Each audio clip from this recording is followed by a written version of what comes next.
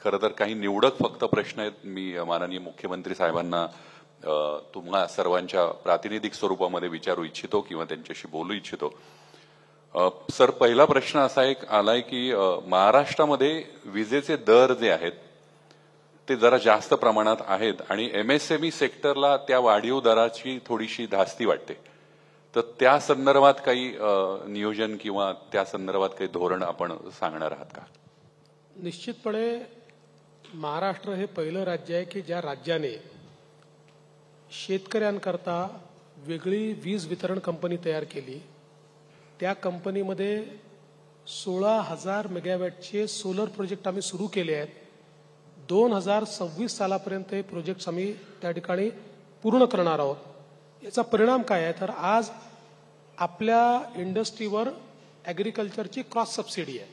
कारण ॲग्रिकल्चरला जी आपण वीज देतो ही वीज 8 रुपयाला आपल्याला पडते आणि त्यांच्याकडनं आपण 1.5 रुपया घेतो किंवा 1.25 रुपया घेतो. बाकी सगळी आपण सबसिडी देतो. त्यातली अर्धी सबसिडी ही आपण बजेटमधनं कॅश सबसिडी म्हणून देतो आणि अर्धी सबसिडी ही क्रॉस सबसिडी म्हणून आपण उद्योगावर लावतो. आता आपण हे जे सगळे प्रोजेक्ट सुरू केलेले आहेत ज्याला केंद्र सरकारने महाराष्ट्र मॉडेल म्हणून मान्यता दिली आहे आणि इतर राज्यांनाही सांगितलं की मॉडेल तुम्ही अडॉप्ट करा. याच्यामुळे आपल्याला शेतकऱ्याला जी वीज आहे ती 3 रुपयात देता येणार आहे आणि शेतकऱ्यांकडनं 1.5 रुपया म्हणजे ते सरकार भरत आहे. आता सरकारने ते माफ केले असल्यामुळे तरी देखील 5 रुपयाची आपली युनिट मागे बचत होणार आहे. आणि या बचतीमुळे आपण जो क्रॉस सबसिडी सरचार्ज आहे तो दरवर्षी आता कमी करत जाणार आहोत. त्यामुळे मी तुम्हाला दाव्याने सांगतो, आता कदाचित कोणाला हे सांगितलं खोटं वाटेल पण जेव्हा आमची टेरिफ पिटिशन जाईल 5 वर्षाची त्यावेळेस तुमच्या लक्षात येईल की पहिल्यांदा महाराष्ट्र विजेचे दर कमी करेल, वाढवणार नाही. सर, यानंतरचा एक प्रश्न, जरी आत्ताचा हा महोत्सव किंवा आजचा कार्यक्रम पुण्यामध्ये होत असला तरी बऱ्याचशा प्रमाणामध्ये पिंपरी चिंचवड चाकण विभागामधून सुद्धा अनेक उद्योजक या ठिकाणी आलेत. तुम्ही जेव्हा पुणे म्हणतात त्यावेळेस आमच्याकरता तो ग्रेटर पुणे आहे, म्हणजे PMRDAचं रिजन आहे, त्याला आम्ही पुणे म्हणतो. तर त्यांचा एक प्रातिनिधिक प्रश्न असा आहे की तळेगाव, चाकण, शिक्रापूर हा वाहतूक मार्ग जर झाल्यास तिथल्या औद्योगिकरणाला जरा जास्तीत जास्त फायदा होऊ शकेल. तर त्या संदर्भात काही योजना केल्या आहेत? खरोखर अतिशय महत्वाचा विषय. आज पुण्यातनं कुठेही बाहेर निघायचं तरी तास 1.5 तासाच्या कमी लागत नाही. म्हणजे हायवेज आपले चांगले झाले आहेत त्यामुळे पुण्याच्या 30-40 किलोमीटर पर्यंत माणूस वेगानं येतो. नगरहून येऊ का सोलापूरहून येऊ का सातारून येऊ. मग त्याच्यानंतर स्पीड जी 20 वर येते ती. पण आता एक चांगली गोष्ट अशी झाली की माननीय गडकरी साहेबांसोबत महाराष्ट्र सरकारने एक करार केलेला आहे आणि गडकरी साहेबांचं मंत्रालय आणि महाराष्ट्र सरकार मिळून त्या ठिकाणी हे जेवढे एक्झिट पॉइंट आहेत आपले, या सगळ्या एक्झिट पॉइंटवर आपण मल्टीलेअर एलिव्हेटेड रोड्स बांधतोय. त्याच्यामुळे ह्या मल्टीलेअर एलिव्हेटेड रोड्समुळे पुढचे 4-5 वर्षाला लागतील, 4-1 वर्ष लागतील कारण बांधकामाला तेवढा वेळ लागेल. पण याच्यामुळे पुण्यातनं कुठेही बाहेर जाण्याकरता ट्रॅफिक जाम राहणार नाही.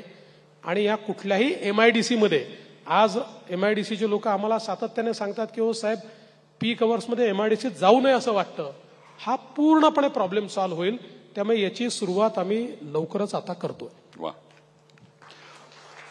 सर, पुण्यामध्ये असोसिएशन ऑफ डिझाईन इंडिया नावाची एक संस्था कार्यरत आहे जी डिझाईन रिलेटेड बरंचसं काम करते. सो त्यांची अशी इच्छा किंवा त्यांचा असा प्रश्न आहे की महाराष्ट्र डिझाईन पॉलिसीशी निगडीत काही काम करू इच्छितं का किंवा तशा काही योजना या पुढच्या भविष्य काळामध्ये आहेत का? हो, निश्चितपणे. कारण आत्ताच आम्ही नुकताच एक निर्णय केला की विशेषतः आपण अर्बन प्लॅनिंग आणि अर्बन डिझाईन या 2 गोष्टीमध्ये अर्बन प्लॅनिंगचा विचार करतो, अर्बन डिझाईनचा विचार करत नाही. आता आपल्याला एक स्टेप पुढे गेलं पाहिजे. आपली शहरं कशी असली पाहिजे, त्याची स्कायलाईन कशी असली पाहिजे, त्याची रंगसंगती कशी असली पाहिजे, कायदा आपण बनवून ठेवला आहे पण अजून तो लागू केलेला नाही.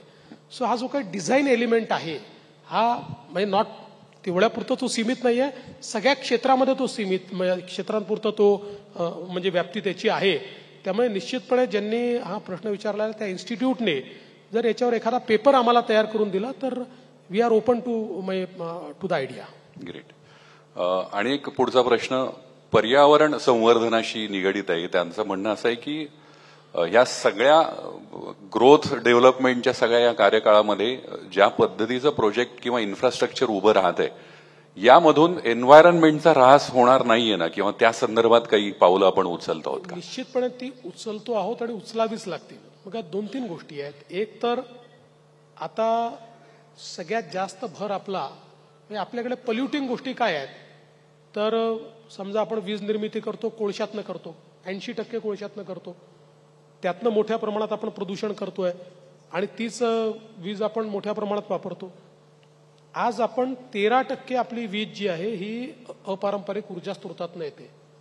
2030 मध्ये आपली 52% वीज ही अपारंपरिक ऊर्जा स्रोतातनं येईल. एवढा मोठा क्वांटम जंप आपण घेतोय. दुसरं आपल्या इथे प्रदूषण कशाचं आहे, तर आपले नदी नाले जे आहेत ते सगळे पोल्यूट झालेले आहेत. कारण त्याच्यामध्ये एक समजा 20-30% इंडस्ट्रीचा वाटा आहे, पण 60-70% वाटा हा त्याच्यामध्ये आपल्या शहरांचा आहे. शहरांचं घाण पाणी आहे, सांडपाणी आहे, हे सगळं त्याच्यामध्ये अनट्रीटेड चाललं आहे. आणि मेजर सोर्स ऑफ पोल्युशन जो आहे तो हा आहे, कारण ते पाणी जमिनीत पर्क्युलेट होतं.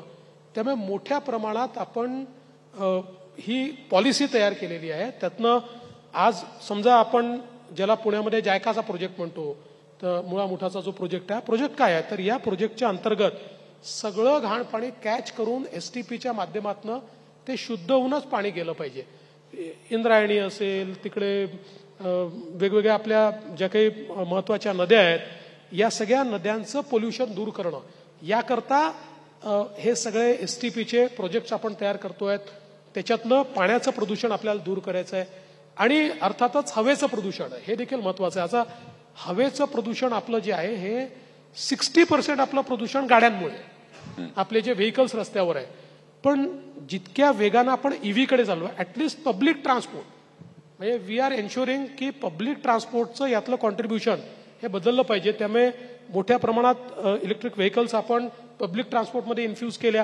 हे अगदी मी सांगतो की ज्यावेळेस आम्ही मेट्रो 3चं फार फेमस झालं मेट्रो 3 की 1000 झाडं कापली, पण सुप्रीम कोर्टाच्या ऑर्डरमध्ये असं म्हटलेलं आहे की मेट्रो 3 करता जी 1000 झाडं कापली ती मेट्रो 3च्या 82 दिवसाच्या फेऱ्यांमध्ये तेवढं कार्बन सिक्वेस्ट्रेशन होऊन जाईल, जेवढं त्यांनी लाईफ स्पॅन मध्ये केलं असतं. त्या 1000 झाडांनी जेवढं आपल्या लाईफ स्पॅन मध्ये केलं असतं तेवढं 82 डेज मध्ये करून टाकेल.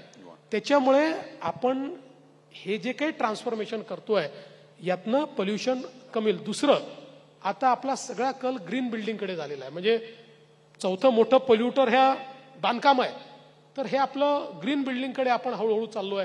त्याच्यानंतर पुढची स्टेप काय आहे, तर सर्व प्रकारच्या बांधकामांमध्ये ग्रीन मटेरियल कसं यूज करता येईल याच्यावर खूप मोठ्या प्रमाणात संशोधन चाललेलं आहे.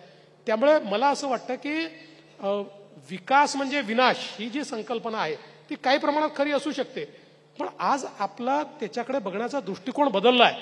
त्यामुळे आपण आपली कॅपॅसिटी बिल्ड करतोय आणि रिप्लेसमेंट्स शोधतो की ज्याच्यामुळे सस्टेनेबिलिटी येईल.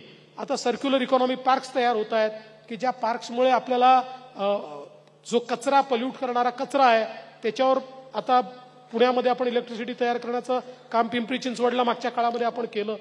सो या सगळ्या गोष्टी आपल्याला सस्टेनेबिलिटीकडे नेत आहेत.